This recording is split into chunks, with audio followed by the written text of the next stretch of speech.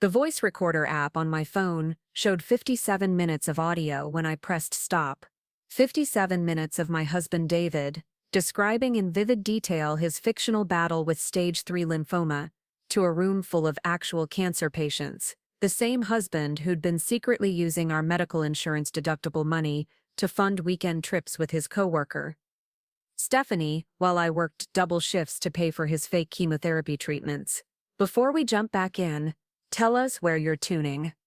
And if this story touches you, make sure you're subscribed, because tomorrow I've saved something extra special for you. Helen Thompson, a 72-year-old woman battling her second round of breast cancer, leaned toward me in the community health center parking lot and whispered, "Honey, we've suspected something was off about David for months.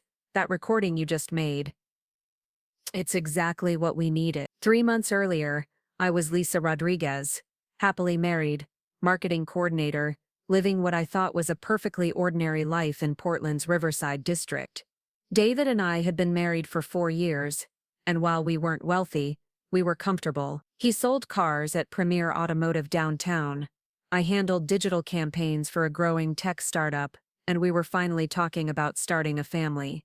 That Tuesday evening in March changed everything. David came home from what he said was a routine doctor's appointment, looking pale and shaken. I was in our kitchen, stirring a pot of pasta sauce and humming along to music from my phone, when I heard the front door close with unusual heaviness. "Lisa," he called out, his voice carrying a tremor I'd never heard before. "Can you sit down?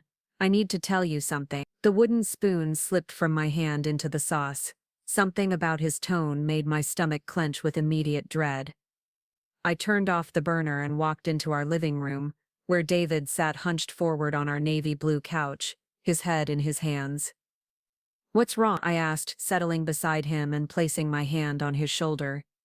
His body felt tense, almost vibrating with nervous energy. David lifted his head, and I was shocked to see tears in his eyes. In 4 years of marriage, I'd seen him cry exactly twice, once at his grandfather's funeral, and once during a particularly emotional movie. He took my hands in his, and I noticed they were trembling slightly. "The doctor found something," he said quietly. "During my physical last week, they ran more tests today." My heart started pounding. "Found what kind of something?" "Lymphoma," he whispered. "Stage 3. It's cancer, Lisa." The world seemed to tilt sideways. I stared at his face, searching for some sign that this was a terrible joke, but David's expression remained grave. The pasta sauce was probably burning in the kitchen, but I couldn't process anything beyond those words. "That's not possible," I said, automatically. "You feel fine. You look fine. How can you have cancer?" David squeezed my hands tighter. "Dr. Martinez explained that lymphoma can be silent for a long time. The symptoms are subtle: fatigue, night sweats." I thought I was just stressed from work. I tried to remember if David had seemed tired lately, if there had been signs I'd missed. He had been going to bed earlier, recently, and he'd mentioned feeling warm a few nights, but I'd attributed it to our heater running too high. "What does this mean?" I asked, my voice barely audible. "What happens now?" "Treatment," David said, attempting a weak smile. "Chemotherapy, probably radiation. Dr. Martinez wants to start immediately. He says the earlier we catch it, the better the chances." I wrapped my arms around him, feeling his body shake against mine. "We'll get through this," I whispered into his shoulder. "Whatever it takes, we'll figure it out together." That night, I lay awake staring at the ceiling, while David slept fitfully beside me. I'd immediately called my mother in Sacramento, then my best friend Nicole, both conversations dissolving into tears as I struggled to explain the impossible news. Cancer. At 32 years old, David was facing cancer. The next morning brought a flurry of activity. David had already scheduled his first oncology appointment for the following week. I called my boss to explain the situation and arrange for a more flexible schedule. David would need someone to drive him to treatments, to be there for emotional support, to help manage the practical aspects of fighting a serious illness. "I'm scared," he admitted over breakfast. pushing scrambled eggs around his plate without eating much. What if the treatment doesn't work? What if we can't afford everything? I reached across our small dining table and covered his hand with mine. Don't think like that. We have insurance, and whatever it doesn't cover we'll figure out. I can pick up freelance projects in the evenings. We'll make it work. David's eyes filled with gratitude. I don't know what I did to deserve you. Over the following weeks, our lives transformed completely. David's first oncology appointment led to a treatment plan that seemed overwhelming in its complexity. Dr. Rebecca Singh, his new oncologist at Northwest Medical Center, explained that his particular type of lymphoma was aggressive but treatable. He would need 6 months of intensive chemotherapy, administered every 3 weeks, followed by possible radiation therapy. The financial reality hit us immediately. Even with our insurance, the co-pays and deductibles were staggering. Each chemotherapy session would cost us $400 out of pocket. The specialized medications he'd need at home added another $200 per month. We were looking at thousands of dollars in medical expenses over the next year. I threw myself into researching everything about lymphoma, treatment protocols, and survivor story.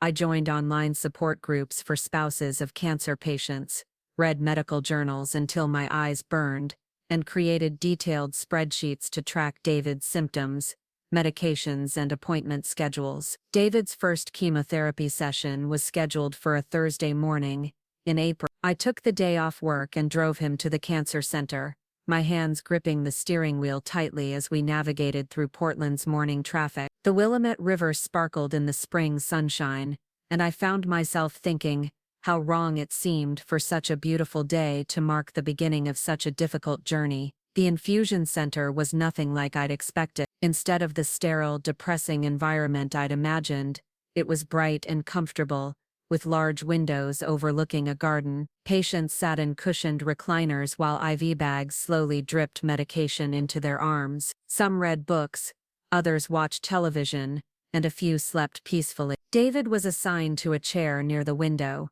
Nancy, a cheerful nurse with silver hair and kind eyes, explained the process as she inserted the IV into his arm. The first session usually takes about 4 hours, she said. Some patients feel nauseous afterward, others just tire. Everyone's different. I settled into the visitor chair beside David, armed with magazines, snacks, and a laptop so I could work while keeping him company. As the clear liquid began flowing into his bloodstream, David squeezed my hand. "Thank you for being here," he said softly. "There's nowhere else I'd rather be," I replied, and meant it completely. During those first few weeks of treatment, I noticed David seemed to handle the chemotherapy better than many other patients I'd read about online. He experienced some fatigue and occasional nausea, but nothing like the severe side effects described in the medical literature. I felt grateful that his body was responding well to the treatment, though I remained constantly vigilant for any changes in his condition. The financial strain, however, was immediate and relentless. I picked up additional freelance marketing projects, working late into the night after my regular job to earn extra money for medical expenses. We cut back on dining out, canceled our streaming subscriptions, and postponed the vacation we'd planned for our anniversary. David seemed deeply affected by the burden he felt he was placing on me. "I hate that you're working so hard because of my illness," he said one evening as I sat at our kitchen table, laptop open, designing a website for a small business client. "This is what marriage means," I told him firmly. "In sickness and in health, remember, we're a team." But privately, I was exhausted. Between my regular job, freelance work, driving David to appointments, managing his medications, and handling all the household responsibilities he was too tired to help with, I felt stretched to my breaking point. I'd lost 10 pounds without trying, and dark circles had taken up permanent residence under my eyes. Nicole noticed during one of our coffee dates at Brewpoint Cafe, our usual spot near my office. "Lisa, you look terrible," she said bluntly, studying my face across the small round table. "When's the last time you did something for yourself?" I stirred my latte absently, watching the foam swirl. "I don't have time for myself right now. David needs me." "David needs you healthy and functional," Nicole countered. "You can't pour from an empty cup." What about his family? Can't they help? David's sister Tracy lived in Seattle and visited once since his diagnosis, bringing flowers and staying for exactly 2 hours before claiming she had to get back for work obligation. His parents had moved to Arizona the previous year and called weekly, but couldn't travel due to his father's own health issues. It's mostly just me, I admitted to Nicole, but it's fine.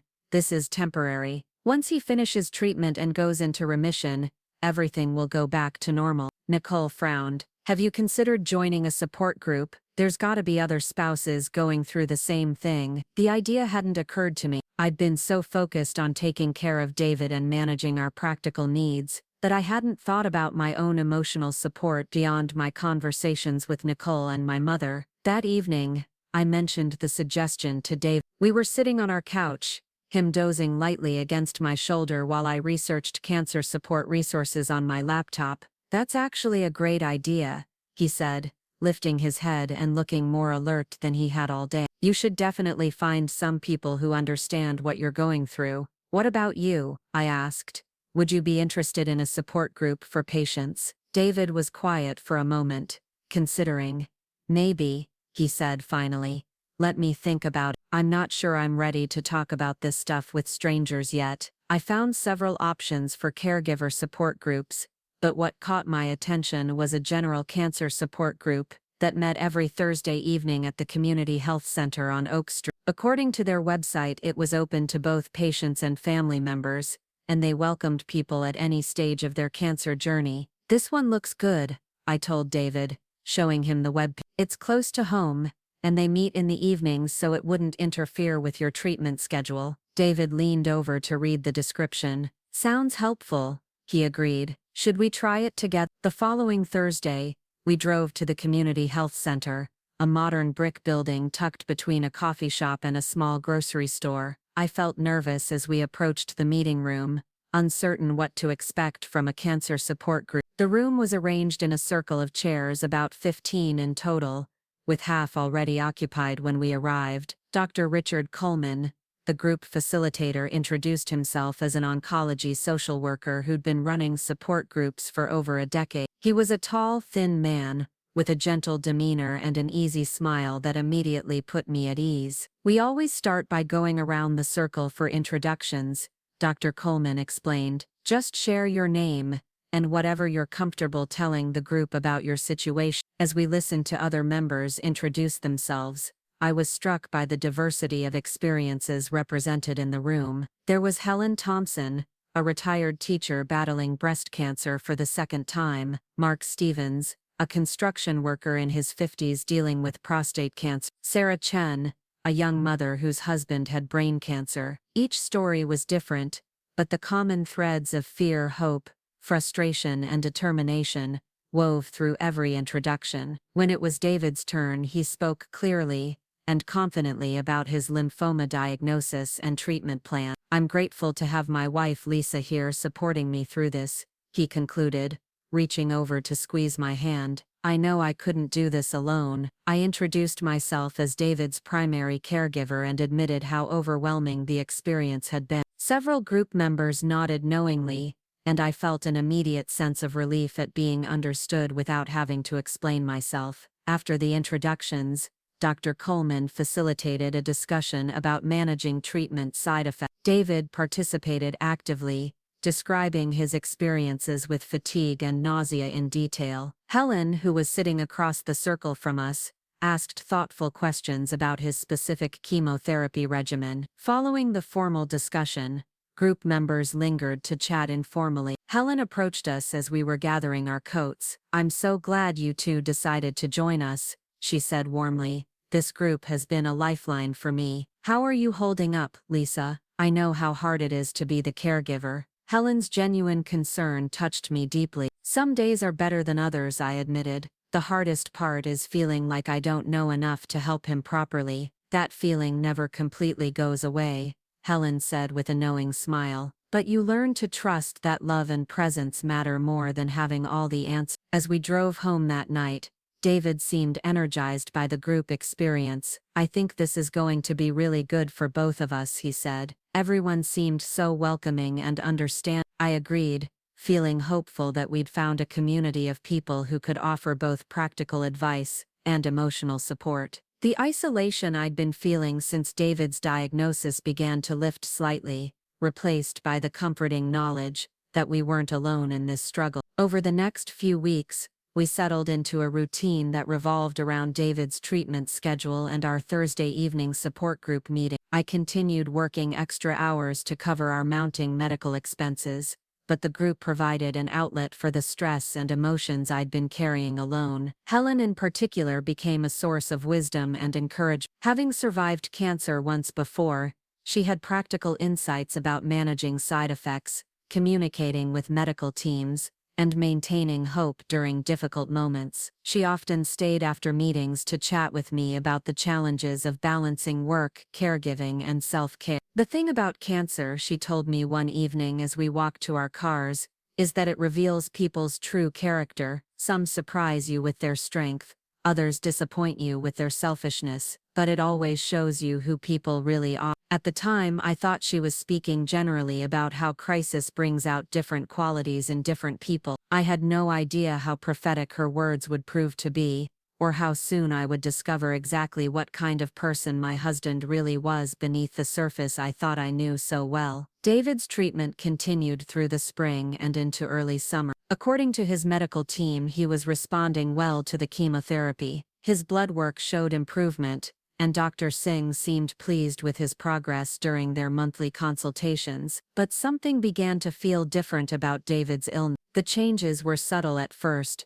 small inconsistencies that individually seemed meaningless, but collectively started to create a pattern that made me uneasy. He claimed to feel sicker on days when he'd supposedly had chemotherapy, yet I noticed he never actually looked as ill as other patients I'd observed at the infusion center. His hair was thinning, which seemed consistent with chemotherapy side effects, but it was happening much more gradually than the rapid hair loss described by other group members who were on similar treatment protocols. Most puzzling was his energy level. While he complained of fatigue and often went to bed early, I occasionally caught him staying up late when he thought I was asleep, playing video games, or browsing his phone with the kind of focus that seemed inconsistent with someone supposedly struggling with chemotherapy-related exhaustion. I pushed these observations to the back of my mind, telling myself that everyone's experience with cancer treatment was different. David's doctors seemed satisfied with his progress, and I didn't want to be the suspicious wife questioning my husband's illness during what was supposed to be the most challenging period of our marriage. But the nagging feeling that something wasn't quite right continued to grow, like a seed of doubt taking root in soil I hadn't even realized was fertile for such suspicions. The revelation came during what should have been a routine Thursday evening support group meeting in mid-June. Preparing and narrating this story took us a lot of time, so if you are enjoying it, subscribe to our channel. It means a lot to us. Now back to the story. David had called that afternoon to say he wasn't feeling well enough to attend, suggesting I go alone since the group had become such an important source of support for me. I almost stayed home with him, but something in his voice seemed off, not sick, exactly, but evasive. I arrived at the community health center to find only 8 people in attendance, including Helen Thompson, who waved me over to sit beside her. Dr. Coleman opened the meeting by asking how everyone was managing the summer heat while dealing with treatment side effects. "I've been struggling with dehydration," said Mark Stevens, the construction worker. "My oncologist says it's common with my particular chemo cocktail, but it's making the fatigue so much worse." Helen nodded sympathetically. "The heat definitely amplifies everything. I've been keeping frozen water bottles to roll on my neck during the day." "Lisa, how is David handling the temperature? I know his treatment protocol is pretty intensive." Something about the way she asked the question made me pause. There was a subtle emphasis on David's name, and her expression seemed more curious than casual. "He's been staying indoors mostly," I replied carefully. "The air conditioning helps." Coleman guided the conversation toward coping strategies for summer treatment schedules, but I noticed Helen watching me throughout the discussion. When the formal meeting ended, she approached me as others were filing out. "Lisa, could I buy you a coffee?" she asked quietly. "There's something I'd like to discuss with you privately." We walked 2 blocks to Brewpoint Cafe, the same place where Nicole had expressed concern about my exhaustion weeks earlier. Helen ordered a decaf latte while I chose chamomile tea, my stomach too unsettled for caffeine. We found a corner table away from other customers. Helen stirred her drink thoughtfully before speaking. How long have you been married to David? The directness of her question surprised me. 4 years. We met through mutual friends and dated for 2 years before getting engaged. Why do you ask? I've been attending cancer support groups for over 3 years. Helen said slowly, first during my initial diagnosis, then again when the cancer returned. I've met dozens of patients and their families during that time. She paused, seeming to choose her words carefully. Lisa, there are things about David's presentation that don't align with what I know about lymphoma treatment. My chest tightened. What kind of things? Helen leaned forward slightly. His hair loss pattern for one. Most patients on the chemotherapy regimen he's described lose their hair completely within 4 to 6 weeks. David's been in treatment for nearly 3 months, and while his hair is thinner, he still has significant coverage. I found myself touching my own hair nervously. Maybe his body processes the medication differently. Perhaps, Helen acknowledged. But there are other inconsistencies. The side effects he describes are textbook exactly what someone might read about online, but they don't match the specific timing and severity patterns I've observed in actual patients on similar protocols. A cold weight settled in my stomach. Are you suggesting that David is lying about having cancer? Helen's expression was gentle but serious. I'm suggesting that there are enough red flags to warrant some careful observation. Lisa, have you ever accompanied David to his actual chemotherapy session? I thought back through the past few months. I drove him to his first appointment, but he insisted I didn't need to stay since it takes so long. He said he preferred to read or listen to music during the infusions, and that having me there made him feel guilty about taking time away from my work. Have you seen any of his medical documentation, test results, treatment schedules, medication lists? The question hit me like a physical blow. In all the months since David's diagnosis, I had never seen a single piece of official medical paperwork. He handled all communication with his oncology team directly, claiming he wanted to spare me the stress of dealing with medical bureaucracy. He manages all of that himself, I said weakly. I trusted him to handle the medical side while I focused on the practical support. Helen reached across the table and placed her hand over mine. Lisa, I'm not trying to hurt you or create problems in your marriage. But as someone who has genuinely faced this disease, I feel obligated to share my concerns. What should I do? I whispered, my voice barely audible. Start paying attention, Helen said firmly. Real attention, ask to see documentation, offer to attend appointments with him, watch for patterns that don't make sense. She pulled a small notebook from her purse and wrote down her phone number. Call me anytime, day or night. If David is telling the truth, then I'll apologize for my suspicions and continue supporting you both. But if he's not, Helen left the sentence unfinished, but the implications hung heavy between us. We parted ways in the cafe parking lot, and I sat in my car for 20 minutes before starting the engine, trying to process what she had shared. The drive home felt surreal. Every familiar landmark along the route seemed different somehow, as if I were seeing my own neighborhood through altered perception.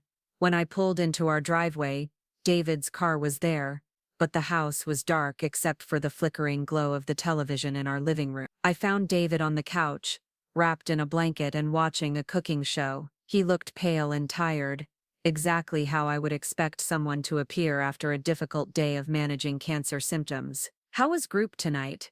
He asked, muting the television as I sat beside him. Fine, I said, studying his face for any sign of deception.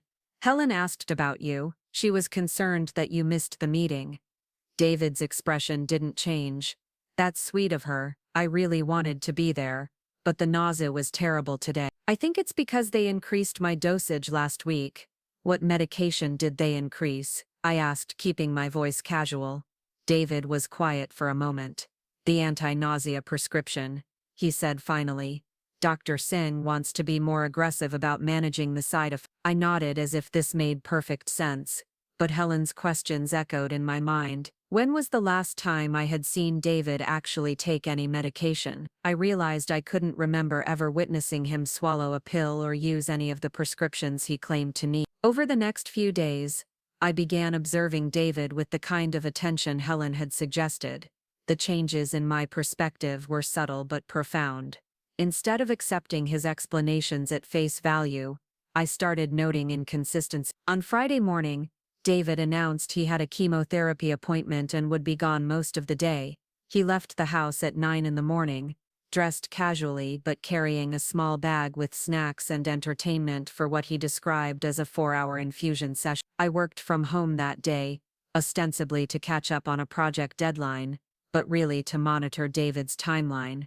According to his previous descriptions, his appointments began at 10 and typically lasted until mid-afternoon. He usually returned home tired and slightly nauseous, needing to rest for the remainder of the day. But at 1:30, while I was on a conference call with clients, I saw David's car pull into our driveway. Through my office window, I watched him sit in the vehicle for several minutes before getting out. When he entered the house, he appeared tired and moved slowly, but something about his demeanor seemed performed rather than genuine. "How did the treatment go?" I asked when my call ended. "Rough day," David replied, settling onto the couch with exaggerated care. "They had to stop the infusion early because my veins weren't cooperating. I'll need to go back Monday to finish the session." I made sympathetic noises while internally questioning whether early dismissal from chemotherapy was a common occurrence. Later that evening, I researched the logistics of cancer treatment online, discovering that incomplete infusions were extremely rare and typically only occurred during medical emergencies. The weekend brought another opportunity for observation. David spent most of Saturday in bed, claiming extreme fatigue from his interrupted treatment. But late Saturday night, I woke to use the bathroom and noticed light coming from under our guest room door. Quietly, I approached the room and listened at the door. I could hear David's voice speaking in low tones, along with the sound of video game music.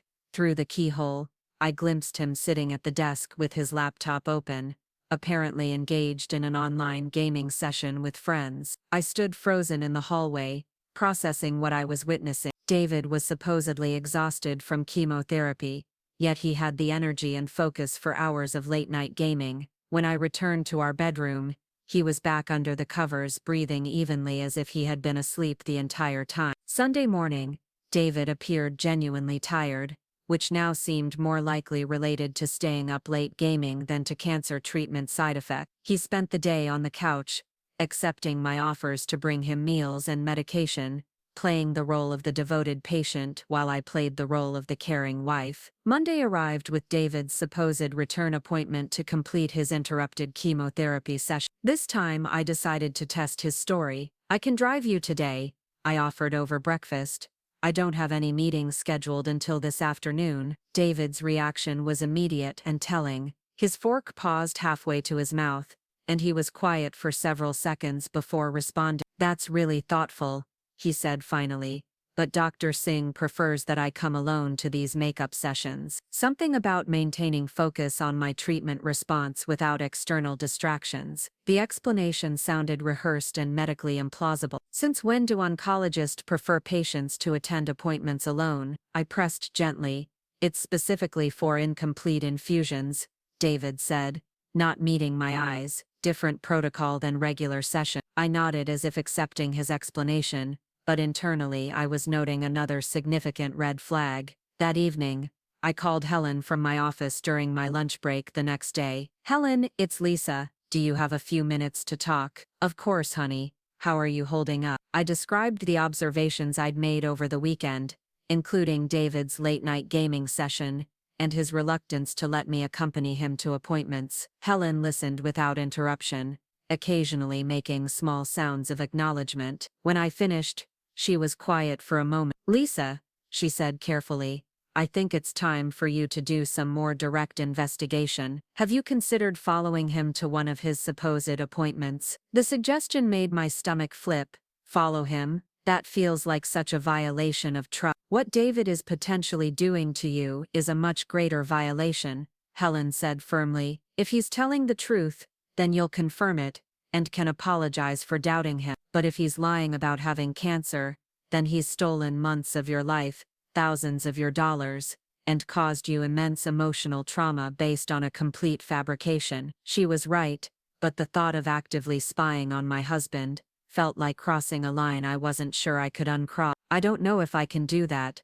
What if we did it together? Helen offered. I could meet you somewhere near the hospital on one of his appointment days. If he's really receiving treatment, we'll see him enter the cancer center. If he's not, Helen didn't need to finish the sentence. We arranged to meet the following Thursday morning, when David had scheduled what he described as a crucial appointment to assess his treatment progress. That Wednesday night, I lay awake staring at the ceiling while David slept peacefully beside me. Part of me hoped desperately that Helen was wrong, that my husband was genuinely fighting for his life, and I was being paranoid and disloyal, but a growing part of me suspected that tomorrow would bring confirmation of deceptions I wasn't ready to face. Thursday morning arrived gray and drizzly, typical Pacific Northwest weather that matched my mood perfectly. David went through his usual pre-appointment routine, packing snacks and entertainment, while describing his nervousness about the day's tests. Singh wants to do additional scans today, he explained as he gathered his things, to see how well the tumors are responding to treatment. I kissed him goodbye at the front door, maintaining the pretense of normalcy while my heart pounded with anticipation and dread. An hour later, I met Helen in the parking lot of a coffee shop, located across the street from Northwest Medical Center. Are you ready for this? Helen asked as we positioned ourselves with a clear view of the hospital's main entrance. No, I admitted honestly, but I need to know the truth. We waited in Helen's car, sharing nervous conversation, and watching the steady stream of people entering and leaving the medical complex. At exactly 10 o'clock, David's scheduled appointment time, we spotted his familiar blue sedan pulling into the hospital parking lot. My breath caught as I watched my husband get out of his car and walk toward the building. This was the moment that would either confirm his illness or reveal a massive deception. David approached the main entrance, but instead of going inside, he veered toward a side street that led away from the hospital. Helen and I watched in stunned silence as he walked 2 blocks down the street and entered a small sports bar called Murphy's Tavern. Oh, Lisa, Helen whispered, her hand reaching for mine. We sat in the car for another 10 minutes, hoping there might be some reasonable explanation for what we'd witnessed. Perhaps David needed to use a restroom or buy something before his appointment. But as the minutes passed, it became clear that he wasn't emerging from the bar to continue to the hospital. I need to see this for myself, I said, my voice hollow. Helen drove us to Murphy's Tavern, a dimly lit establishment that advertised lunch specials and sports viewing on multiple screens. Through the front window, we could see David sitting at the bar, a beer in front of him, engaged in animated conversation with a young woman with long blonde hair. The woman was Stephanie Walsh, David's coworker from the automotive dealership. I recognized her from the company Christmas party we'd attended 6 months earlier. She was laughing at something David was saying,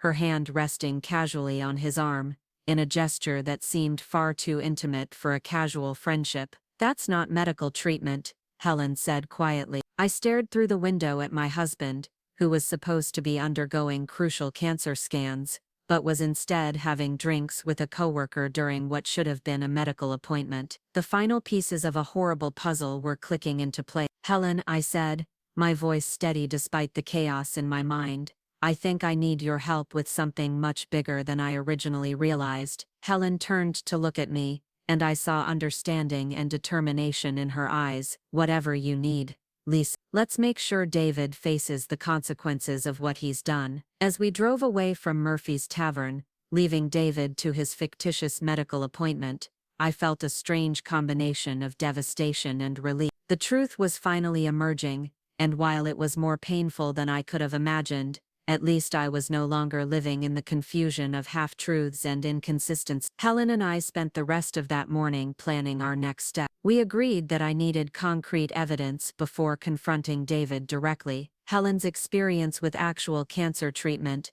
would be invaluable in identifying the specific lies David had told about his condition. We need to document everything, Helen said, as we sat in her car outside my house. Every inconsistency, every impossible claim, every detail that doesn't match real cancer treatment protocols. She pulled out her phone and started a voice memo. Today is Thursday, June 22nd. Lisa Rodriguez and I observed Lisa's husband, David Martinez, enter Murphy's Tavern at approximately 10:15 in the morning, instead of attending his scheduled oncology appointment at Northwest Medical Center. Hearing our observations stated so clinically made the reality hit even harder. David wasn't just skipping medical appointments, he was using the time he claimed to spend fighting cancer to meet with another woman. There's more we need to investigate, Helen continued. Medical records, insurance claims, the support group stories he's been telling. If David is fabricating his cancer diagnosis, there will be evidence throughout his entire deception. I thought about all the money I'd spent on medical copays, all the extra hours I'd worked to cover expenses that apparently didn't exist, all the emotional energy I'd poured into supporting him through a crisis that was completely manufactured. Helen, I said slowly, I think David has been stealing from me in more ways than just money. Tell me what you mean. All those late nights I've been working freelance projects to pay for his medical expenses. All the social events I've missed because I needed to take care of him. All the stress and worry and fear I've been carrying for months. If he's been lying about having cancer, then he's stolen my time, my energy, my peace of mind, everything. Helen nodded grimly. That's exactly what makes this so particularly cruel. He hasn't just lied to you, he's manipulated you into becoming complicit in your own exploitation. We arranged to meet again the following evening to begin systematically documenting David's deception. Helen would help me identify medical inconsistencies while I gathered financial records and other evidence of his fraudulent claims. That afternoon, I returned home before David was expected back from his supposed appointment. I used the time to search our home office for any medical documentation he might have kept. In his desk drawers I found insurance paperwork, but nothing related to cancer treatment. No appointment schedules, no prescription records, no test result. What I did find was a receipt from Murphy's Tavern dated that morning, showing charges for 2 beers and an appetizer. David had apparently paid for both his drink and Stephanie's, further confirming that their meeting was social rather than coincidental. When David returned home that evening, he looked appropriately tired and described his appointment in detailed but vague terms. The scans had gone well, he reported, and Dr. Singh was pleased with his progress. He would have the results in a few days. I listened to his fabricated account while studying his face for any sign of guilt or awareness that his deception was unraveling. But David seemed completely comfortable with his lies, maintaining eye contact and speaking with the same conviction he'd shown throughout months of false claims about his health. That night, as David slept peacefully beside me, I lay awake planning the investigation that would either prove his innocence or expose his betrayal. Helen's support had given me the courage to seek the truth, regardless of how painful that truth might prove to be. The alliance we were forming felt different from any friendship I'd experienced before. It was built on shared determination to uncover deception and ensure justice, bonds forged through mutual recognition of having been wronged by someone we should have been able to trust. Tomorrow would bring the next phase of our investigation, and I was finally ready to discover exactly who my husband really was beneath the elaborate fiction he had constructed around his supposed illness. The transformation from suspicious wife to methodical investigator happened faster than I expected. Helen and I met Friday evening at her apartment in Garden View, a modest complex with well-maintained grounds and friendly neighbors, who waved as we climbed the stairs to her second-floor unit. Her living room was cozy and practical, with medical equipment discreetly positioned near a comfortable recliner, reminders of her genuine battle with cancer that made David's deception feel even more offensive. First things first, Helen said, settling into her favorite chair while I took the couch. We need to understand exactly what David has been claiming about his diagnosis and treatment. Can you walk me through everything he's told you from the beginning? I pulled out the notebook I'd brought and began recounting David's supposed medical journey. As I spoke, Helen occasionally stopped me to ask specific questions about timing, medications, or procedure. Her medical knowledge, gained through personal experience rather than textbook study, revealed gaps and impossibilities in David's narrative that I had never recognized. Lisa, the chemotherapy regimen David described, doesn't exist, Helen said after I finished my summary. The drug combination he mentioned isn't used for lymphoma, and the dosing schedule he's claimed would be medically dangerous. She reached for a thick folder on her coffee table. These are my actual medical records from both of my cancer treatments. Look at the documentation patients receive for every aspect of their care. Helen spread dozens of papers across her coffee table, detailed treatment schedules, prescription labels, lab result printouts, insurance explanation of benefits forms, appointment reminder cards, and educational materials about managing side effects. The sheer volume of official documentation was overwhelming. Every cancer patient receives copies of everything, Helen explained. We're encouraged to maintain detailed records because treatment protocols change based on how our bodies respond to therapy. David should have boxes of paperwork if he's really receiving the care he's described. I stared at the mountain of authentic medical documentation, realizing I had never seen David with even a single piece of similar paperwork. He's always claimed the doctors handle all the record-keeping electronically, said it was more efficient than giving patients physical copies. Helen shook her head. That's not how oncology practices work. Patient education and involvement in treatment decisions requires extensive documentation. Even with electronic records, we receive printed summaries, medication lists, and test results. She handed me a patient portal printout from her recent appointment. Every legitimate cancer patient has access to an online portal where they can view their records, communicate with their medical team, and schedule appointments. Has David ever mentioned using anything like this? Never, I admitted, feeling foolish for not questioning the absence of such obvious elements of medical care. Helen pulled out her phone and opened a medication reminder app. This is how I track my prescriptions, side effects, and symptoms. Most cancer patients use similar tools because the treatment protocols are so complex. What does David use to manage his medications? I realized I had never seen David take any medication beyond occasional over-the-counter pain relievers for headache. He says he prefers to keep track of everything in his head rather than relying on technology. Lisa,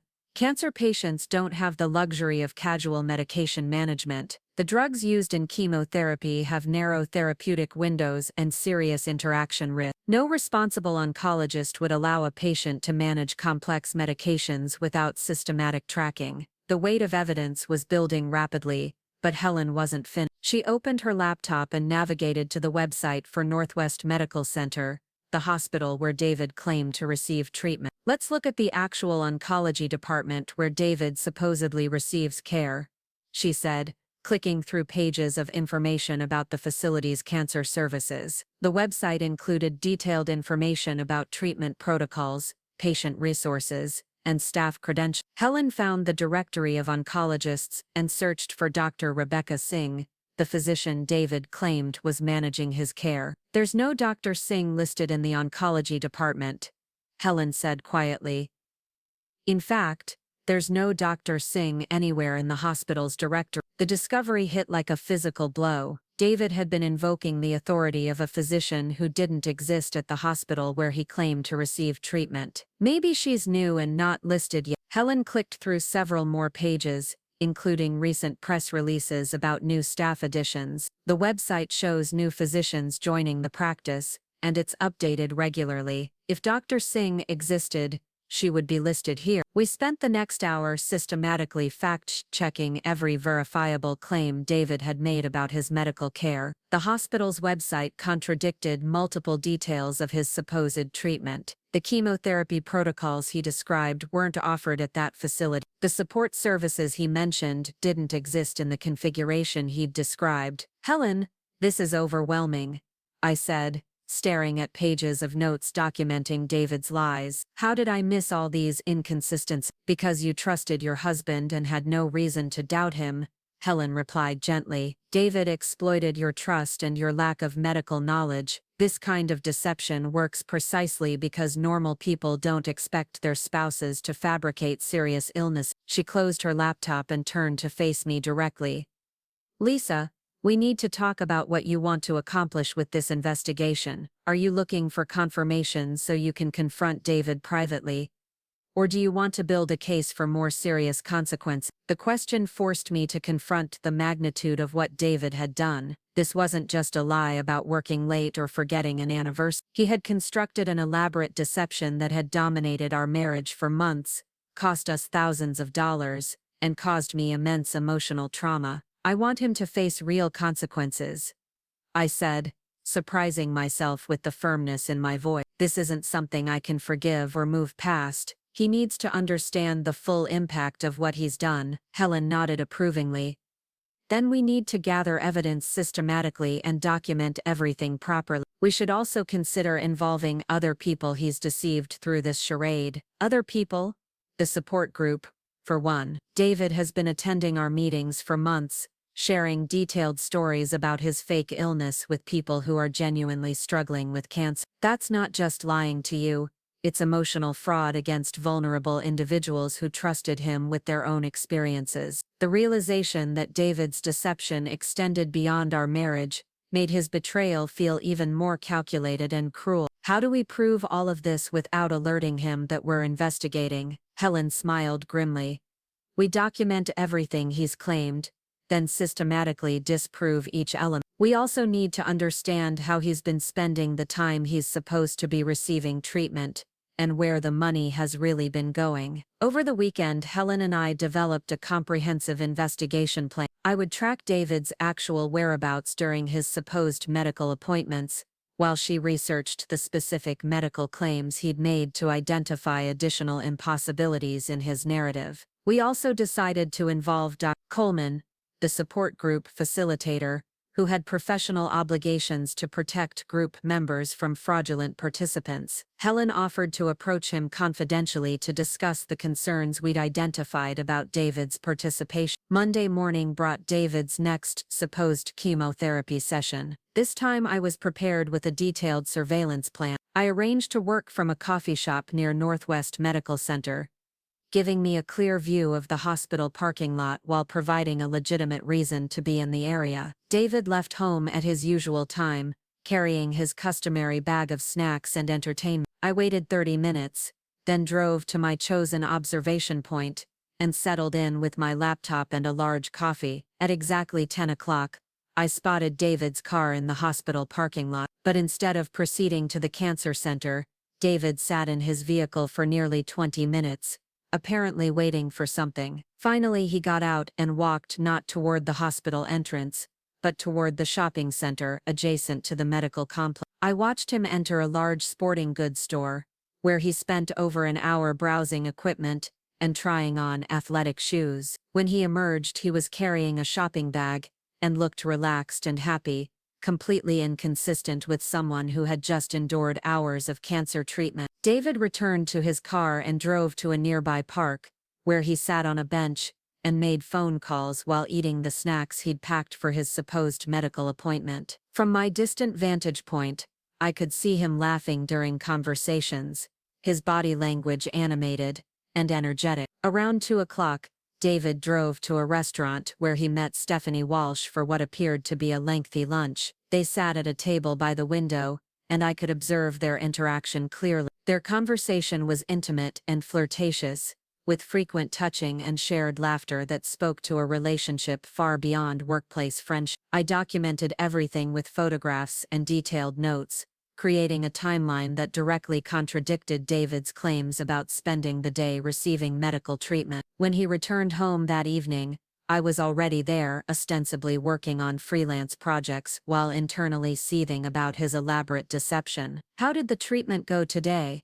I asked, maintaining my usual supportive tone. David launched into a detailed description of his fictional medical appointment, complete with specific claims about his response to therapy and conversations with medical staff. He appeared tired and moved slowly, performing the role of cancer patient with practiced skill. Dr. Singh is really pleased with my progress, he said, settling onto the couch with exaggerated care. She thinks we might be able to reduce the frequency of treatments soon. I made appropriate, encouraging responses while mentally adding his latest lies to the growing collection of documented deceptions. That evening, I called Helen to report what I'd observed. He's not even attempting to make his story believable to anyone with actual medical knowledge, Helen said after I described David's day. The timeline alone is impossible. Real chemotherapy appointments involve hours of pre-treatment preparation, monitoring during infusion, and post-treatment observation. David's supposed appointments are too short for the protocols he's described. Helen had spent her day researching the specific claims David had made during support group meetings. I reviewed my notes from his group participation over the past several months. Lisa,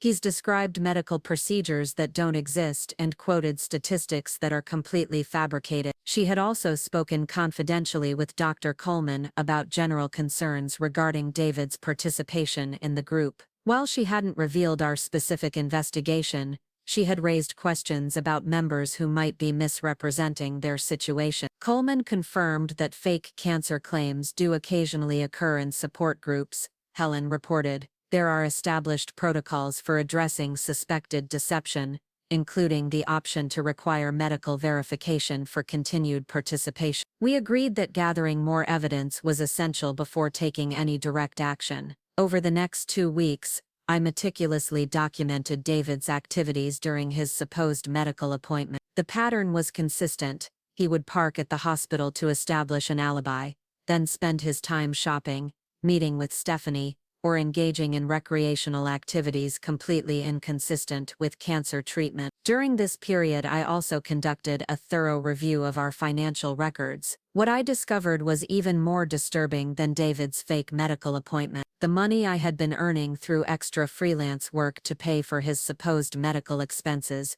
was being systematically transferred to accounts I didn't recognize. Working late one evening while David slept, I accessed our online banking records and traced several months of transactions. Hundreds of dollars that should have been used for legitimate medical copays had instead been spent on restaurant meals, expensive gifts, and hotel rooms. The pattern suggested that David was funding an extended affair with Stephanie, using money I earned specifically to support his fabricated cancer treatment. The hotel charges were particularly damning. They occurred on dates when David claimed to be too sick from chemotherapy to leave the house, indicating that his supposed treatment side effects were being used as cover for romantic getaways with his coworker. I printed detailed records of every suspicious transaction, creating a comprehensive financial timeline that paralleled David's supposed medical journey. The evidence showed a systematic pattern of financial fraud that extended far beyond the initial lie about having cancer. Helen and I met Wednesday evening to review all the evidence we had gathered. Her dining room table was covered with photographs, financial records, medical research, and detailed notes documenting David's deception. This is more than enough proof that David has been lying about having cancer, Helen said, organizing the materials into clearly labeled folders. But Lisa, we need to discuss what you want to do with this information. I stared at the overwhelming collection of evidence, feeling a mix of vindication and devastation. I want him to face consequences, but I also want everyone he's deceived to understand what he's done. Helen nodded thoughtfully.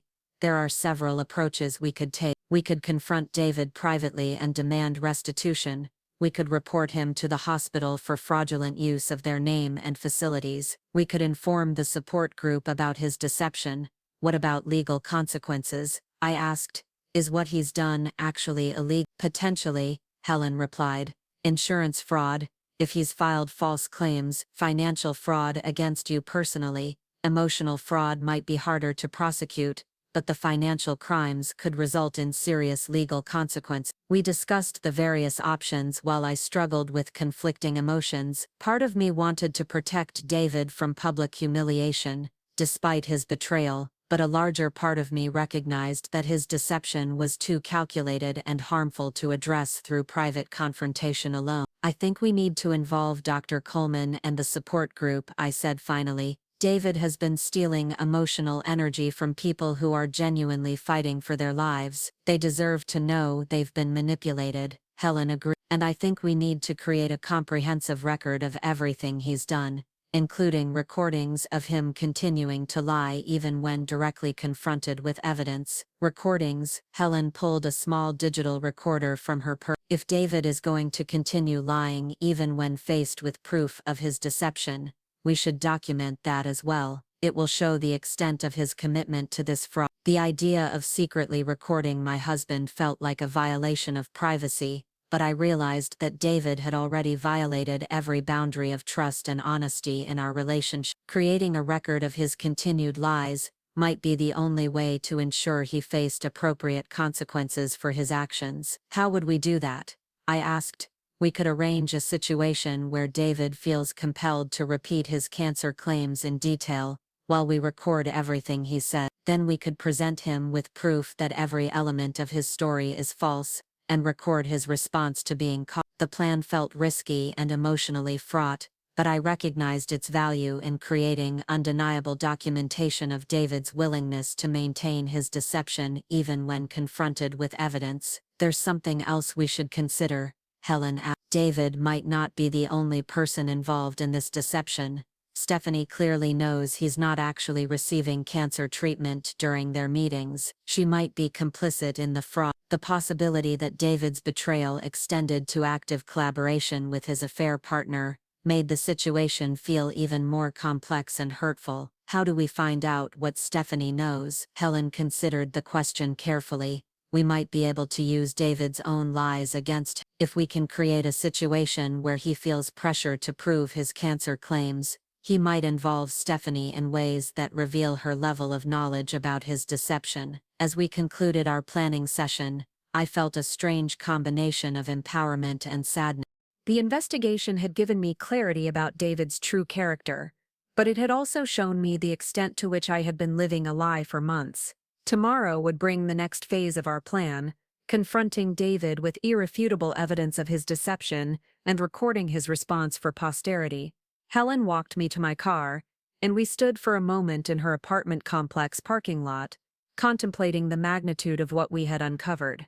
"Lisa, I want you to know how proud I am of your courage in pursuing the truth," Helen said. "Many people in your situation would choose to ignore the evidence rather than face such a painful reality." "I couldn't have done this without your support," I replied honestly. Having someone who understood the medical aspects made all the difference. Helen smiled sadly. "I just wish we were investigating something less heartbreaking, but at least now you know who David really is, and you can make decisions based on truth rather than lies." As I drove home that night, I felt prepared for whatever tomorrow might bring. The evidence we had gathered was comprehensive and undeniable. David's elaborate deception was about to unravel completely, and for the first time in months, I felt like I had control over my own life and future. The Thursday evening support group meeting felt different as I walked into the familiar room at the community health center. Helen had arrived early and saved me a seat, while Dr. Coleman was arranging chairs in the usual circle formation. 8 other members were present, including several I had come to know well over the months since David and I had started attending. David had opted to stay home again, claiming exhaustion from his recent treatment intensification, an excuse that now carried entirely different implications. Hidden in my purse was the small digital recorder Helen had given me, already activated and ready to capture whatever might unfold during this carefully orchestrated evening. Coleman had agreed to our plan after Helen presented him with a summary of our concerns about David's participation in the group. While he couldn't take action based solely on suspicion, he was willing to facilitate a conversation that might reveal the truth about David's claim. Tonight I thought we might focus on sharing specific experiences with treatment protocols, Dr. Coleman began after the usual opening remarks. "Sometimes hearing detailed accounts from other patients can help us understand our own journeys better." Helen caught my eye briefly and nodded almost imperceptibly. This was the opening we had planned for. "I've been thinking about David's situation, Helen said, addressing the group, but looking directly at me. Lisa, you mentioned that his lymphoma treatment has been particularly challenging. Would you mind sharing some of the specifics? I'm curious about his protocol because it sounds different from what I experienced. I felt my heart rate increase as I realized this was the moment to draw David deeper into his web of lies. Actually, he wanted to be here tonight specifically to discuss his treatment progress with the group, I said, hoping my voice sounded natural. He was disappointed to miss this conversation. Maybe I should call him and see if he's feeling well enough to join us after all. Coleman nodded encouragingly. That's a wonderful idea. Group support is most effective when everyone can participate directly. I stepped into the hallway to call David, my hands slightly trembling as I dialed his number. The recorder in my purse was capturing everything, and I knew this phone call would either expose his lies or force him into an even more elaborate deception. David, it's me, I said when he answered. The group is having a really meaningful discussion about treatment experiences tonight. Helen specifically asked about your protocol, and Dr. Coleman thinks it would be helpful for you to share your perspective directly. Could you come down? I know you're tired, but it might be good for you to connect with everyone. David was quiet for several seconds. I don't know, Lisa. I'm really not feeling great tonight. I understand, but Helen mentioned that your experience might be particularly helpful for some of the newer members. She said your combination therapy approach is relatively uncommon and could provide valuable insight. I could hear David moving around in the background, and when he spoke again, his voice carried a note of interest that hadn't been there initially. What specifically did Helen want to know? Details about your chemotherapy schedule, how you're managing the side effects, that sort of thing. Dr. Coleman thought it might be educational for the whole group. The appeal to David's ego seemed to work. Okay, let me get dressed. I'll be there in about 20 minutes. When I returned to the meeting room, Helen raised her eyebrows questioningly. He's coming, I reported to the group. He's not feeling his best, but he wants to be helpful. Dr. Coleman smiled approvingly. That's wonderful. David always contributes meaningfully to our discussions. While we waited for David to arrive, the group continued sharing experiences with various treatment protocols. I listened with new awareness to the genuine pain and struggle in their stories, feeling increasingly angry about David's exploitation of their trust and vulnerability. Sarah Chen was describing the devastating side effects of her husband's brain cancer treatment when David arrived. He entered the room moving slowly and looking appropriately tired, carrying a water bottle, and wearing the comfortable clothes he typically chose for support group meetings. Sorry I'm late, David said as he took the empty chair beside me. The fatigue has been really intense since they increased my dosage last week. Dr. Coleman welcomed him warmly. We were just discussing treatment experiences. Lisa mentioned that you might be willing to share some details about your protocol. David settled into his chair and looked around the circle with the earnest expression I had seen him use countless times before. Of course, if my experience can help anyone else, I'm happy to talk about it. Helen leaned forward with apparent interest. Lisa mentioned that you're on a combination therapy approach. Could you walk us through your specific regimen? David launched into a detailed description of his supposed treatment protocol, speaking with the confidence of someone who had clearly researched cancer therapies extensively. He described drug combinations, dosing schedules, and side effect management strategies with impressive specificity. The CHOPR protocol has been challenging, David said, using medical terminology he had obviously learned online, but Seng has been adjusting the rituximab component based on my response patterns. Helen nodded thoughtfully, but I noticed her taking careful notes. That's interesting. How often are you receiving the rituximab infusions? Every 3 weeks, typically. Though sometimes Dr. Seng extends the interval if my white blood cell count drops too low. And where exactly do you receive these treatments? Helen asked casually.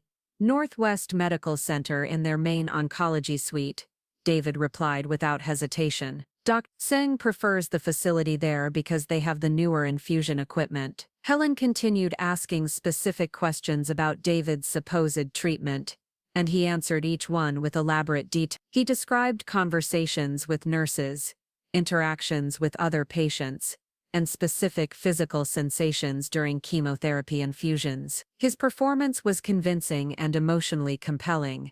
Exactly the kind of detailed narrative that had fooled me for months. The hardest part, David said, his voice becoming emotional, is knowing how much burden this places on Lisa. She's been incredible, but I see how exhausted she is from taking care of me and working extra hours to cover our medical expenses. Several group members murmured sympathetically, and I felt a flush of anger at David's manipulation of their genuine concern. He was using their empathy to reinforce his fictional narrative while simultaneously garnering sympathy for supposedly causing me hardship. "Lisa, how are you managing the caregiver stress?" asked Mark Stevens, the construction worker who had become a regular source of practical advice for the group. "It's been challenging," I said carefully, aware that every word was being recorded. "There are days when I feel overwhelmed by trying to balance everything." David reached over and squeezed my hand. "She never complains, but I know this is affecting her health too. I just hope the treatment works quickly so we can get back to our normal life." Dr. Coleman guided the conversation toward coping strategies for couples dealing with cancer,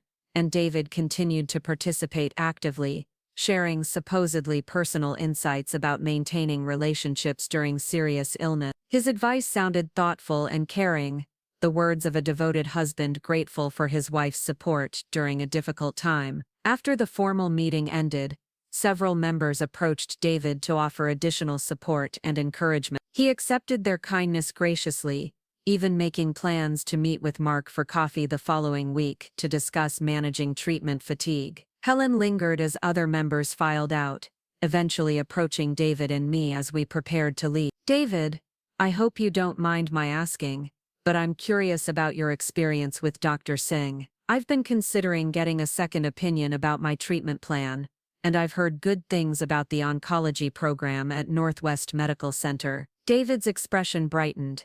"Dr. Singh is fantastic, very thorough, really takes time to explain everything. I'd be happy to give you her contact information if you'd like." "That would be wonderful," Helen said, pulling out her phone.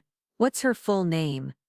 "Dr. Rebecca Singh," David replied confidently. "She's been practicing oncology for about 15 years, originally trained at Johns Hopkins." Helen entered the information into her phone with apparent satisfaction, "And she's definitely part of the oncology department at Northwest Medical Center."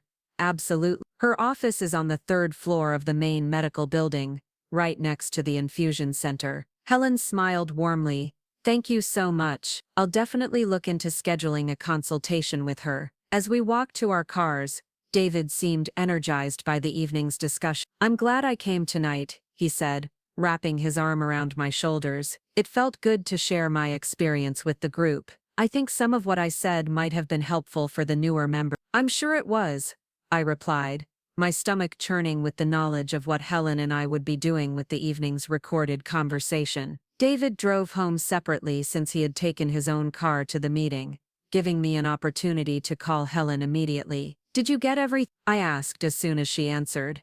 "Every word," Helen confirmed. "Lisa, he provided enough specific false information tonight to prove definitively that he's been lying about his medical treatment. Singh doesn't exist.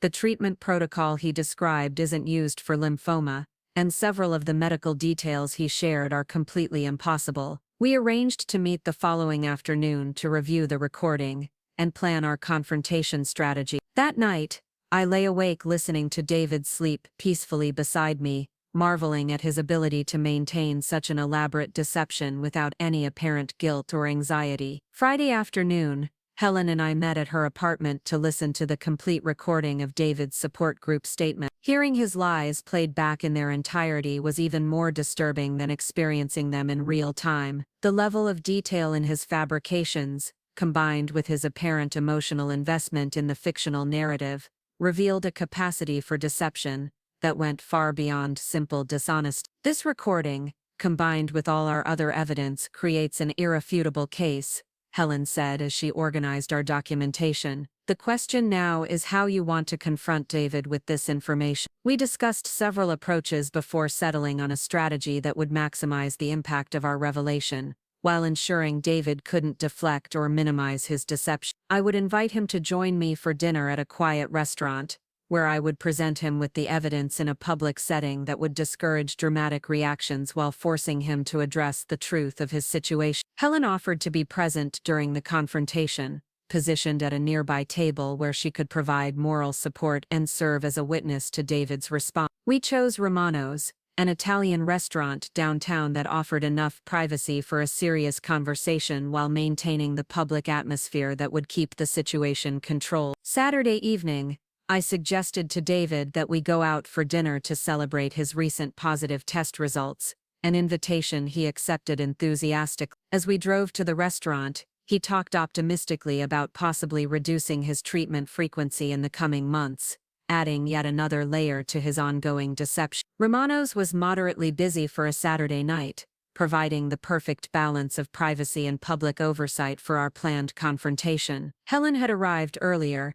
and was seated 3 tables away with a clear view of our location. David and I were shown to a corner booth where we could speak freely without being overheard by other diners. After we ordered our meals, I pulled out the folder of evidence Helen and I had compiled over the past several weeks. "David, there's something we need to discuss," I said, placing the folder on the table between us. David looked at the folder curiously but didn't seem alarmed.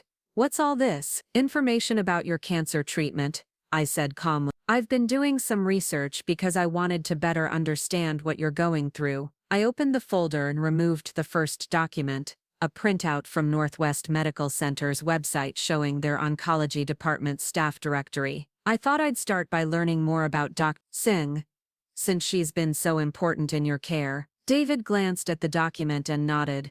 "Dr. Singh is really wonderful. I feel very confident in her expertise." "That's interesting," I said, pointing to the staff listing, "because she's not mentioned anywhere on the hospital's website. In fact, there's no Dr. Rebecca Singh listed in any department at Northwest Medical Center." David's expression shifted slightly, but he maintained his composure. "That's strange.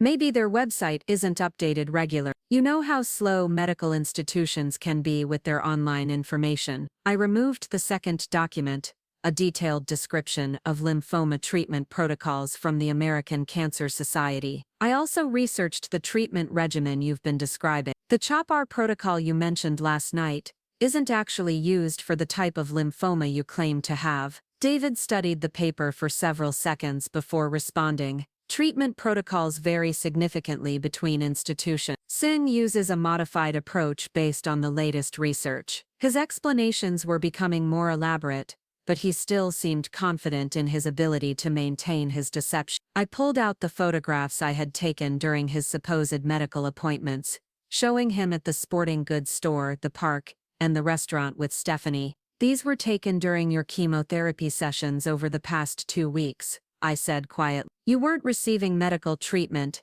you were shopping, meeting with Stephanie Walsh, and lying to me about where you were spending your time." David stared at the photographs in silence for nearly a minute. When he looked up, his expression had changed completely. The confident facade was cracking, replaced by something that looked like panic mixed with calculation. "Lisa, I can explain all of this," he said, his voice taking on a pleading tone. "The treatment schedule has been irregular lately because of some complications. Dr. Singh had to reschedule several appointments. I removed the financial records showing his fraudulent use of our medical expense money for personal purchases and hotel stays with Stephanie. These bank records show that the money I've been earning to pay for your cancer treatment has been spent on restaurants, gifts, and hotel rooms. You've been using your fake illness to fund an affair." David's face flushed red as he realized the extent of what I had discovered. "It's not what it looks like. Stephanie and I are just friends. Those hotel charges are from business trips for the dealership." I pulled out my phone and played a portion of the previous night's recording, his own voice clearly stating details about his fictional medical treatment. "This is you last night, lying to a room full of cancer patients, about receiving treatment from a doctor who doesn't exist for a disease you don't have." The recording seemed to deflate David's remaining defense. He slumped back in the booth staring at the table surface as the reality of his situation became inescapable. "David," I said, my voice steady despite the emotional turmoil I was experiencing, "you've been lying to me about having cancer for over 6 months. You've stolen thousands of dollars, manipulated cancer patients in our support group, and used your fake illness to cover up an affair. I need you to explain why you've done this." David was quiet for a long time, occasionally glancing up at me before returning his gaze to the table. When he finally spoke, his voice was barely audible. "I never meant for it to go this far," he said. "It started as a way to get out of some work obligations, and then it just spiraled out of control." The casualness of his explanation made my anger flare. "You fabricated a life-threatening illness to avoid work responsibilities." Stephanie and I had been spending time together, and I needed excuses to meet with her without making you suspicious. The cancer story seemed like something that would give me flexibility and sympathy. David's admission that he had invented a serious illness specifically to facilitate his affair was more callous than I had expected, even after weeks of uncovering his deceptions. "Do you understand what you've done?" I asked. "You made me believe I might lose my husband. You let me exhaust myself working extra hours to pay for treatment you weren't receiving. You accepted emotional support from cancer patients who trusted you with their own struggles." David finally met my eyes, and what I saw there was not remorse, but something closer to resentment. "I know it got out of hand, but you have to understand the pressure I was under at work. Stephanie made me feel appreciated in a way that you haven't for a long time." His attempt to blame me for his elaborate deception revealed a level of selfishness that completed my understanding of who David really was, beneath the facade he had maintained throughout our marriage. "David, our marriage is over," I said quietly. "I'm filing for divorce, and I'm going to make sure everyone you've deceived understands exactly what you've done." David's expression hardened. "You can't prove most of this. It's your word against mine about the cancer, and the financial stuff can be explained." I smiled sadly at his continued commitment to deception, even when faced with overwhelming evidence. "David, I have documented proof of everything. Medical records that disprove your claims, photographs of your actual activities, financial records of your theft, and recordings of you lying to cancer patients. This isn't a matter of my word against yours anymore." Helen approached our table at that moment, having observed David's increasingly agitated demeanor. "Hello, David," she said calmly. "I think it's time we discussed your participation in our support group." David looked between Helen and me with growing alarm, as he realized the scope of the investigation that had been conducted into his deception. The carefully constructed world of lies he had inhabited for months was collapsing around him, and there was no longer any way for him to maintain his fictional narrative. The confrontation that followed would force David to face the full consequences of his actions, while giving me the closure I needed to move forward with rebuilding my life based on truth rather than the elaborate fiction my marriage had become. Helen's presence at our table shifted the entire dynamic of the confrontation.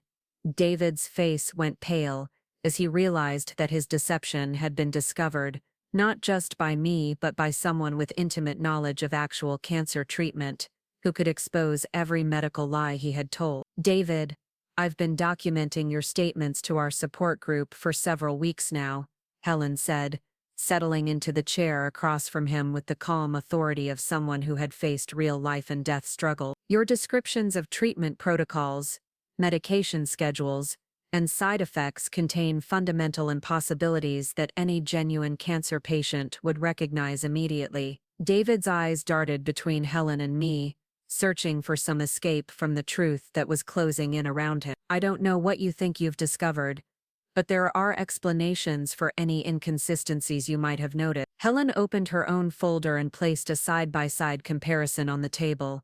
David's recorded statements about his supposed chemotherapy regimen next to actual medical documentation from her own treatment. "These are your exact words from last night's meeting, David. You described receiving rituximab infusions every 3 weeks for lymphoma. Rituximab isn't used in first-line lymphoma treatment, and the dosing schedule you described doesn't exist in any legitimate protocol." David stared at the documentation, his confident facade crumbling as he realized the depth of medical knowledge being used to expose his lies. "Look, maybe I got some of the details wrong. The medications are complicated, and I might have confused some of the names. You also claim to be treated by Dr. Rebecca Singh at Northwest Medical Center," Helen continued relentlessly. I called the hospital this afternoon. Not only is there no Dr. Singh in their oncology department, but the office location you described doesn't exist. The third floor of their main building houses administrative offices,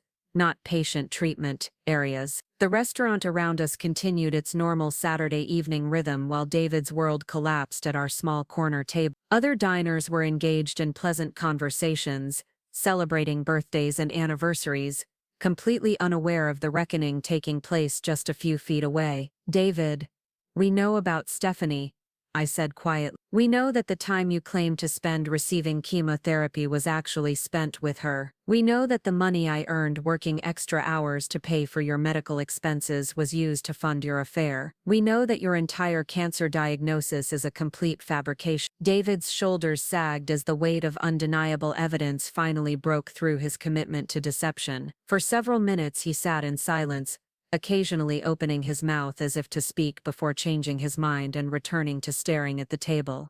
How long have you known? He asked finally, his voice barely audible. Helen first noticed inconsistencies in your medical claims several weeks ago, I replied.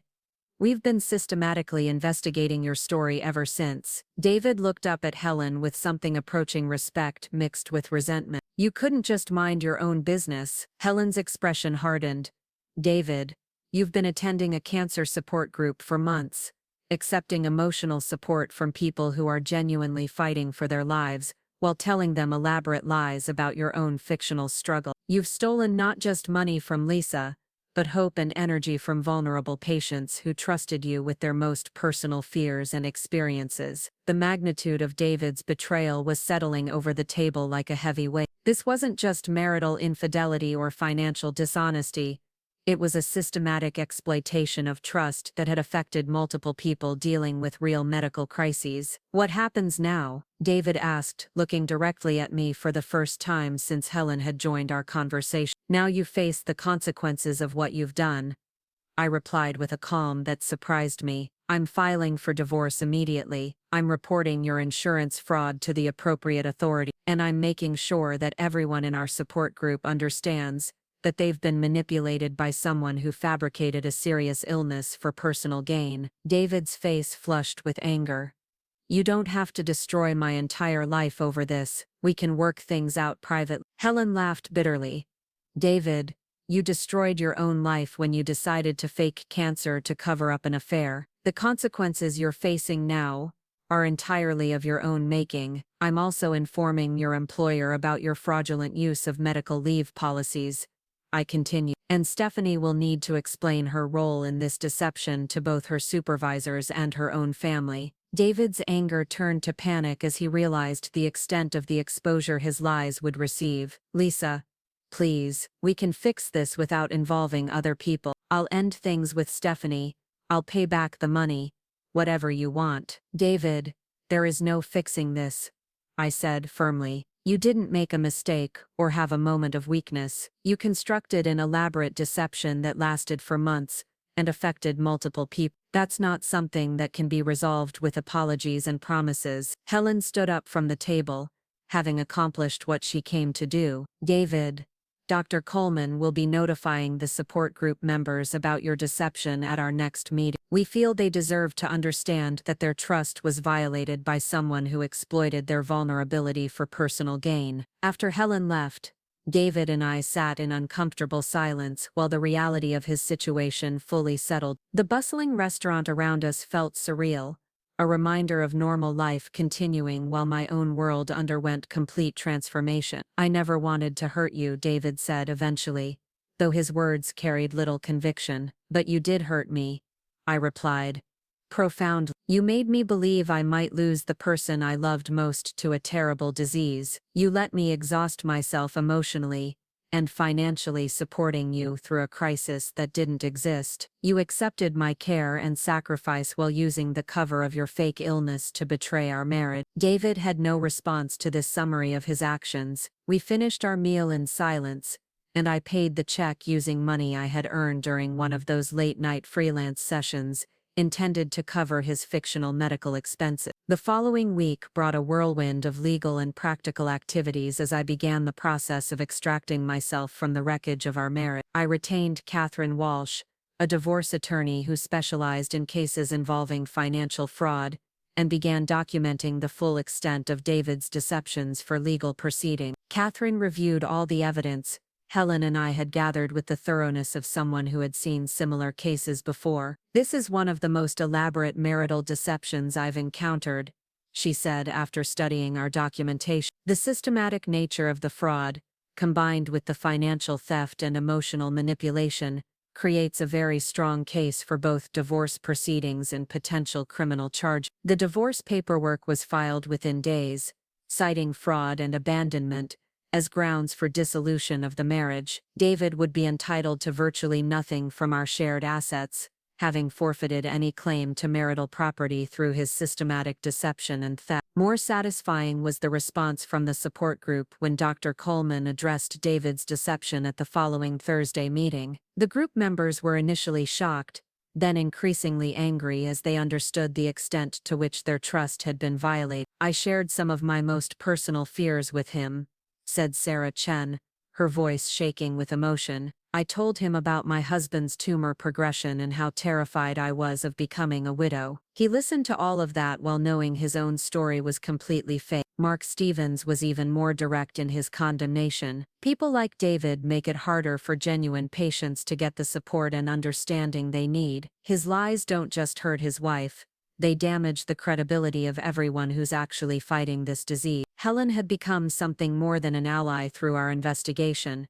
She had become a genuine friend, whose wisdom and strength continued to guide me through the difficult weeks that followed David's exposure. Her own battle with cancer put my emotional trauma into perspective while providing a model for moving forward with dignity and purpose. "The most important thing now is rebuilding your life based on truth rather than the lies you've been living with," Helen told me during one of our coffee conversations. "David's deception forced you to become someone you never intended to be: overworked, isolated, and constantly worried. Now you can rediscover who you actually are when you're not responding to manufactured crises." The practical aspects of rebuilding were surprisingly straightforward. I moved out of the house David and I had shared, finding a small apartment near my office that felt like a sanctuary after months of living in the shadow of his fictional illness. I reduced my work hours to a sustainable level, no longer needing the extra income to fund non-existent medical expenses. Most importantly,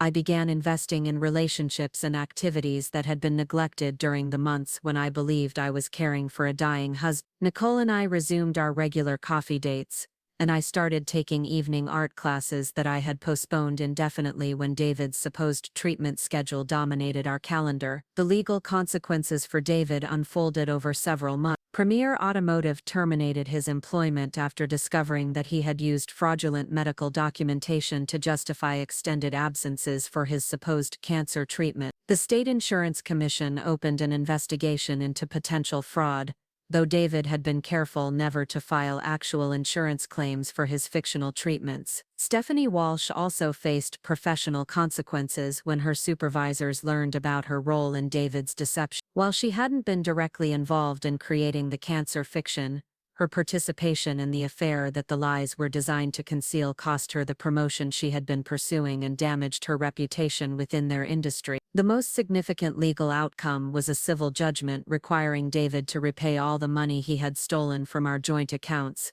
plus damages for the emotional distress his deception had caused. While I knew collecting the full amount would be difficult given his job loss, the legal recognition of the harm he had caused provided important validation of my experience. 6 months after the confrontation at Romano's, I attended my first support group meeting as a genuine participant rather than someone living under the shadow of deception. The group had evolved since David's departure, with new members joining and existing participants finding renewed trust in their shared experiences. "How are you doing, Lisa?" Dr. Coleman asked during the check-in portion of the meeting. "This has been a difficult transition for you." "I'm discovering that I'm much stronger than I realized," I replied honestly. Living through David's deception was devastating, but it also taught me to trust my own perceptions and to value authentic relationships over comfortable illusions. "Helen, whose own cancer treatment had been successful, and who was now in remission, smiled proudly from across the circle. Lisa has shown incredible courage in confronting a very painful truth and building a new life based on honesty and self-respect. The other group members, who had initially been shocked by David's betrayal, had come to see my experience as a different but equally valid form of surviving trauma. My journey from deception to truth resonated with their own struggles to find meaning and strength in the face of life-threatening challenges. As the meeting concluded, I reflected on the unexpected lessons that had emerged from such a painful experience. David's elaborate deception had revealed not only his capacity for cruelty, but also my own resilience and the power of genuine friendship in overcoming betrayal. Walking to my car after the meeting, I felt a sense of peace that had been absent from my life for over a year. The future was uncertain, but it was built on truth rather than lies, supported by authentic relationships rather than manufactured crises. Helen caught up with me in the parking lot, as she often did after our meetings. "Any regrets about how we handled David's deception?" she asked. "None," I replied without hesitation.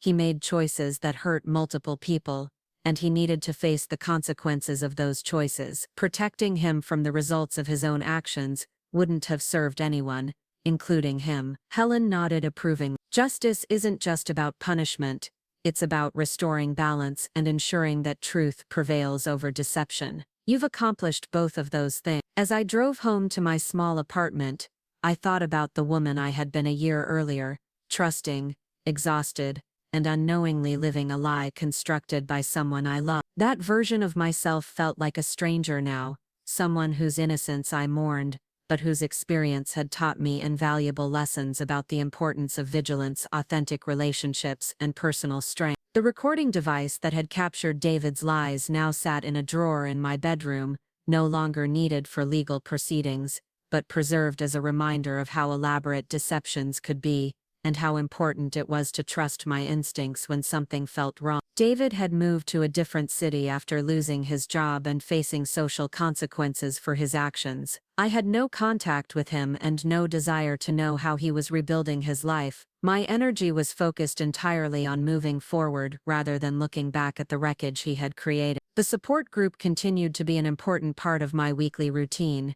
though my role had evolved from that of a caregiver to someone who had survived a different kind of life-threatening situation. My experience with deception and betrayal offered perspectives that helped other members navigate their own challenges with relationships and trust during medical crises. One evening, as I was leaving the community health center after a particularly meaningful group discussion, I encountered a young woman in the parking lot who seemed lost and upset. She approached me hesitantly, recognizing me from the meeting she had observed through the open door. "Excuse me," she said nervously, "I'm supposed to start attending this group next week because my boyfriend was just diagnosed with lymphoma, but I'm scared about what we're facing, and I don't know if I'm strong enough to be a good caregiver." I looked at this woman, probably several years younger than me, and saw myself from a year earlier, terrified, overwhelmed, and desperate for guidance about navigating a medical crisis with someone she loved. "The most important thing is to trust your instincts," I told her gently. "Be supportive, but also pay attention to whether things make sense. Ask questions, stay involved in medical appointments, and don't be afraid to seek your own support when you need it." She thanked me for the advice and walked toward the building to learn more about the support group, carrying herself with the same determined vulnerability I remembered from my own early days of believing I was facing cancer alongside David. Watching her go, I realized that my experience with David's deception had prepared me to help others navigate not just genuine medical crises, but also the subtle signs that something might not be what it appears to be. The painful lessons I had learned could serve a purpose beyond my own healing. That night, I called Helen to tell her about the encounter with the young woman. "I think I want to become more involved in supporting people who might be facing situations like mine," I said. "There should be resources for people who suspect their partners might be lying about medical conditions." Helen was immediately enthusiastic about the idea. "Your experience has given you unique insights that could help protect other people from similar deceptions. And catching these lies early could prevent the kind of extensive emotional and financial damage that David caused. We began researching existing resources for people dealing with medical deceptions in relationships, discovering that such situations were more common than either of us had realized. False cancer claims in particular were a recurring pattern among people seeking to manipulate partners, employers, or social networks. Within months, Helen and I had developed an informal consultation service for people who suspected their loved ones might be fabricating medical conditions. Working with Dr. Coleman and other mental health professionals, we created guidelines for recognizing red flags and gathering evidence when medical claims seemed inconsistent or impossible. The work was emotionally challenging but deeply satisfying, transforming my painful experience with David's deception into a resource for protecting others from similar betrayals. Each person we helped avoid prolonged manipulation felt like a small victory for truth over deception. A year after David's exposure, I received a letter from Stephanie Walsh, who had apparently spent considerable time reflecting on her role in the elaborate deception that had destroyed multiple lives. Her letter was a genuine apology that acknowledged the harm her actions had caused and expressed remorse for her participation in David's lies. "I should have questioned why someone receiving cancer treatment had the energy and availability for an affair," she wrote. "I chose to ignore obvious inconsistencies because the relationship served my immediate desires, and I'm deeply sorry for the pain my selfishness caused you and the members of your support group." I appreciated Stephanie's acknowledgement of responsibility, though her apology couldn't undo the months of deception and betrayal that had characterized that period of my life. What mattered more was the evidence that people could learn from their mistakes and choose different paths forward. 2 years after the confrontation at Romano's, I was invited to speak at a conference for healthcare social workers about recognizing and addressing fraudulent patient claims in support group settings. Standing before an audience of professionals who worked daily with genuine medical crises, I shared the story of David's deception and the investigation that had exposed his lie. "The most important lesson from my experience," I concluded, "is that love and trust don't require the suspension of critical thinking." Supporting someone through a medical crisis means being present and caring, but it also means staying engaged enough to recognize when something doesn't make sense. The response from the healthcare professionals was overwhelmingly positive, with many sharing their own experiences with suspected fraudulent claims and requesting resources for addressing such situations in their practice. Helen attended the presentation and approached me afterward with tears in her eyes. "You've transformed something terrible into something meaningful," she said. "David's deception will now help protect other people from similar betrayal." Looking back at the woman I had been when David first claimed to have cancer, I felt profound gratitude for the strength I had discovered through such a painful experience. The naive trust that had made his deception possible had been replaced by a more mature understanding of love that included both support and accountability. My apartment had become a real home, filled with genuine relationships and activities that reflected my authentic interests rather than the crisis management that had defined the months of David's fictional illness. The art classes I had resumed led to a small gallery showing of my work, something I never would have pursued while believing my husband was dying. Most importantly, I had learned that surviving betrayal was possible and that truth, however painful, provided a foundation for building a life of meaning and integrity. David's elaborate deception had ultimately revealed not just his capacity for cruelty, but also my own strength and the power of authentic relationships to sustain us through even the most devastating revelation. The recording of David's lies remained in my bedroom drawer, no longer a source of pain, but a reminder of how far I had traveled from the confused and exhausted woman who had first begun to question her husband's impossible medical story. The journey from deception to truth had been difficult, but it had led to a life built on solid ground, rather than the shifting sand of elaborate lies. Up next, you've got 2 more standout stories right on your screen. If this one hit the mark, you won't want to pass these up. Just click and check them out.